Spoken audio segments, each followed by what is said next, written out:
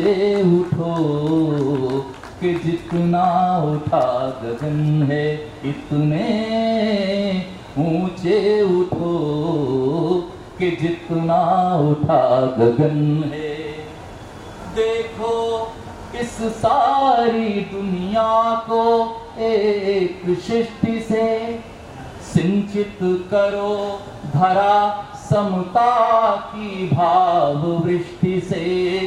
जाति भेद की, धर्म देश की, काले गोरे रंग द्वेष की ज्वालाओं में जलते जग के इतने शीतल बनो कि जितना मलय पवन है, इतने ऊंचे उठो कि जितना उठा गगन है, इतने ऊंचे उठो कि जितना उठा गगन है। नए हाथ से वर्तमान का रूप संवारो, नए हाथ से वर्तमान का रूप संवारो। नई तूलिका से चित्रों के रंग उभारो, नई तूलिका से चित्रों के रंग उभारो। नए राग को नूतन स्वर दो, भाषा को नूतन अक्षर दो। युग की नई मूर्ति रचना में इतने मौलिक बनो कि जितना स्वयं सृजन है, इतने मौलिक बनो कि जितना स्वयं सृजन है। इतने ऊंचे उठो कि जितना उठा गगन है, इतने ऊंचे उठो कि जितना उठा गगन है। पत्नी का लो अतीत से उतना ही जितना पोषक है। अपरिग्रह, एक रोटी से भूख मिटती है तो एक रोटी, दो रोटी तो दो रोटी, ज्यादा नहीं, क्योंकि वो दूसरे के हिस्से का सृजन होगा। हमारी भाषा में कवि ने कहा है कि न गंगा जल, न हलाहल, न कोई और ही जल हो, किसी लाचार आंसू को हमारे भाल पर रखना। उस कोट की कवि परंपरा का कवि कह रहा है कि लो अतीत से उतना ही जितना पोषक है। जीर्ण शीर्ण का मोह मृत्यु का ही द्योतक है। तोड़ो बंधन रुके न चिंतन, तोड़ो बंधन रुके न चिंतन, गा गति जीवन की सत्य चिरंतन। धारा के शाश्वत प्रवाह में इतने गतिमय बनो कि जितना परिवर्तन है, इतने ऊंचे उठो कि जितना उठा गगन है। इतने शीतल बनो कि जितना मलय पवन है। अंतिम है, चाह रहे हम इस धरती को स्वर्ग बनाना, चाह रहे हम इस धरती को स्वर्ग बनाना। अगर कहीं हो स्वर्ग उसे धरती पर लाना, अगर कहीं हो स्वर्ग उसे धरती पर लाना। सूरज चांद चांदनी तारे, सूरज चांद चांदनी तारे, सब है प्रतिपल साथ हमारे। जो कुरूप को रूप सलोना, दो कुरूप को रूप सलोना। इतने सुंदर बनो कि जितना आकर्षण है, इतने ऊंचे उठो कि जितना उठा गगन है, इतने मौलिक बनो कि जितना स्वयं सृजन है। धन्यवाद। और यही गीत की जो यति गति लय है मेरे भीतर विद्यमान रही कि ऐसे महापुरुषों महाकवियों के सानिध्य में रहने का मौका मिला। और सौभाग्य है, सुनील विक्रम जी तो लखनऊ उत्तर प्रदेश की राजधानी में रहते हैं और मैं भी वहाँ रह चुका, सबका मित्र रहा। और बड़े कवियों के साथ जो सानिध्य मिला, चाहे अज्ञेय हों, डॉक्टर नगेंद्र हों, रामलाल शर्मा जी हों, बहुत सारे लोगों से बातचीत करने का मौका मिला।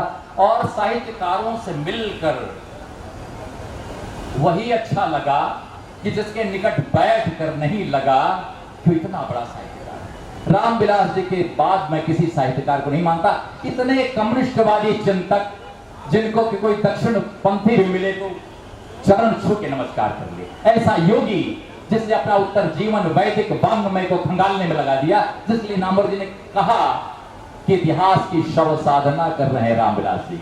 और पूरे संसार ने प्रगतिवादियों को छोड़कर सबने उनकी खिल्ली उड़ाई, क्योंकि रामविलास शर्मा जी ने मार्क्सवाद की तपश्चर्या की थी। मार्क्सवाद खराब नहीं है, मार्क्सवादी यदि बड़े जड़ हो जाएं, जबकि मार्क्सवाद बहुत ही सतत चिरंतन प्रवाही। और रामविलास ने कहा कि वेद तो जीवन का भाष्य है। देखिए, मैं ये नहीं कहता हूं कि वेद में, मैं तो संस्कृत का विद्यार्थी हूं, इसलिए मैंने वेदों को बहुत महत्ता दी है। मुझे नहीं लगता कि वेद और हमारी जो पूर्व आर्ष ग्रंथ है हमें कहीं पीछे ले जाने वाले। लेकिन हमेशा, जैसा कि मैंने कहा कि हम अपने ग्रंथों में, अपने पौराणिक आख्यानों में जो जीवन मूल्य हमें मिलता है उसे हम ग्रहण करें, और जो नया हम जोड़ सकते हो हम आज के व्यास पैदा करें, आज के वाल्मीकि पैदा करें, आज के कालिदास पैदा करें, और आज के द्वारिकाधीश माहेश्वरी को भी पैदा करें। ये धरती बहुत उर्वरा है, और इसलिए आज ये जो उनके सत्र के बहाने बाल साहित्य की प्रासंगिकता पर सवाल किए जा रहे हैं, बहुत ज्यादा बोलना मेरा मकसद नहीं है। मैं एक बड़े साहित्यकार की ये बात बताता हूं कि लोगों को कुछ प्यासा भी छोड़ देना चाहिए।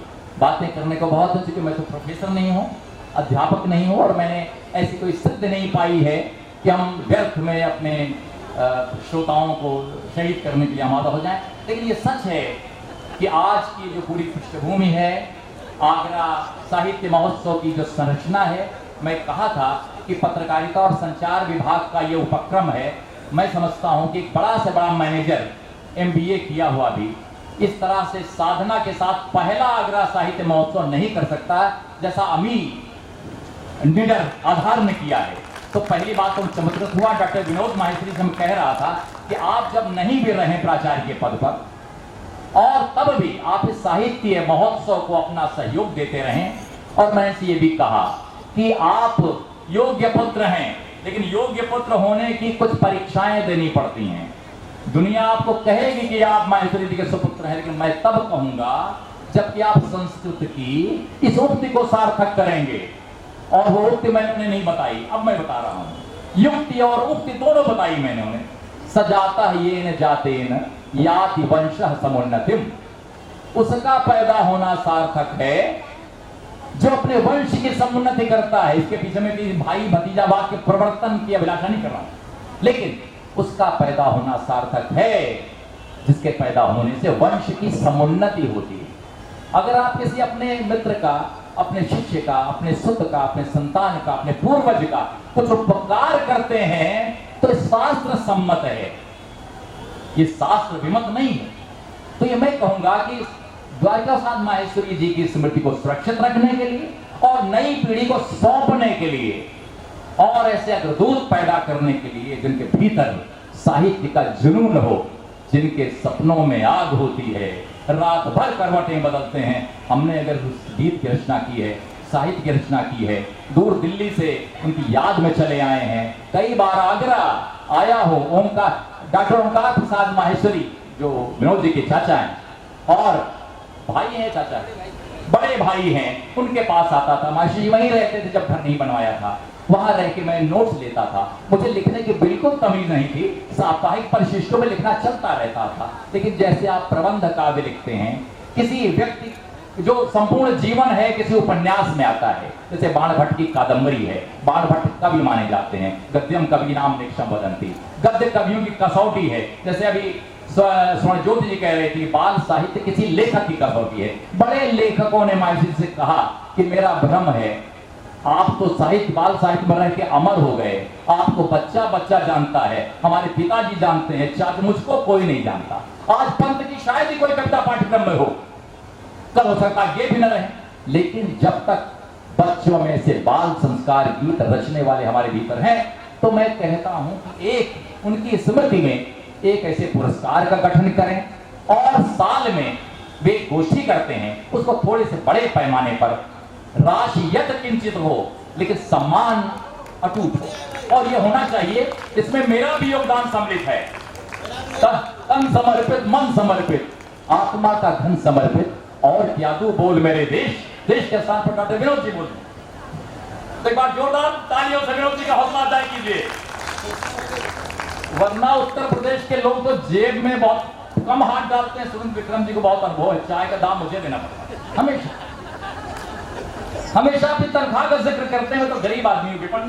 तो चलिए, बहुत अच्छा हुआ। और इसी के साथ बाल साहित्य की पूरी परंपरा, बड़े बड़े रचनाकारों, और यहाँ पर सुनी समाज जो आगरा का साहित्यिक समाज है, इतने बड़े बड़े लोग, विभिन्न दिशाओं गतिविधियों और डिसिप्लिन के लोग यहाँ पर हैं, सबको सादर नमन। मैं तो बस क्या कहते हैं कि बस एक स्मृति है माहेश्वरी जी की जो खींच लाई है। बहुत अच्छा लग रहा है। आगरा साहित्य महोत्सव हमेशा चलता रहा, चलता रहे। बशीर बद्र की लाइन है कि यूं ही साथ साथ चले सदा, कभी खत्म अपना सफर न हो। सफर का पहला आगाज है, इसे बंद नहीं होना चाहिए। जोरदार तालियों से हम अभिनंदन करते हैं आगरा साहित्य महोत्सव के सारे शिल्पकारों के नाम। बहुत बहुत धन्यवाद। शुक्रिया सर। आप थे दिल्ली से डॉक्टर ओम मिश्रा जी, बहुत अच्छा वोटपूर्ण आपने अपना वक्तव्य दिया। अब मैं यहाँ पर आमंत्रित करना चाहूँगा भरत जी माथुर जी को, कृपया ऊपर आ जाएं। डॉक्टर पंकज जी को कृपया ऊपर आ जाएं। नीतीश जैन जी को, मेरी आवाज़ सुन रहे हो तो नीतीश जैन। प्रिया शर्मा जी को कृपया ऊपर आ जाएं। श्रीमती कांची सिंगल जी और कंचन चौधरी जी, आप दोनों से विनती करूँगा ऊपर आ जाएं आप लोग भी।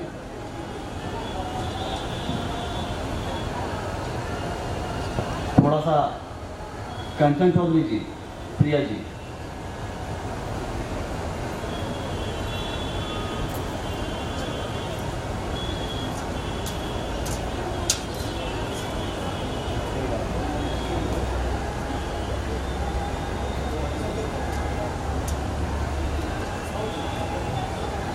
हमारे सम्मानित अतिथि हमारे बीच में हैं, और चूँकि सम्मान की परंपरा है तो उपहार स्वरूप हम आप लोगों को अपना स्मृति चिन्ह को देना चाहते हैं कि आप लोग जाएँ तो पुस्तक मेले की याद को अपने साथ में लेके जाएं। मैं निवेदन करूँगा अपने वॉलंटियर से कि आप लोग कृपया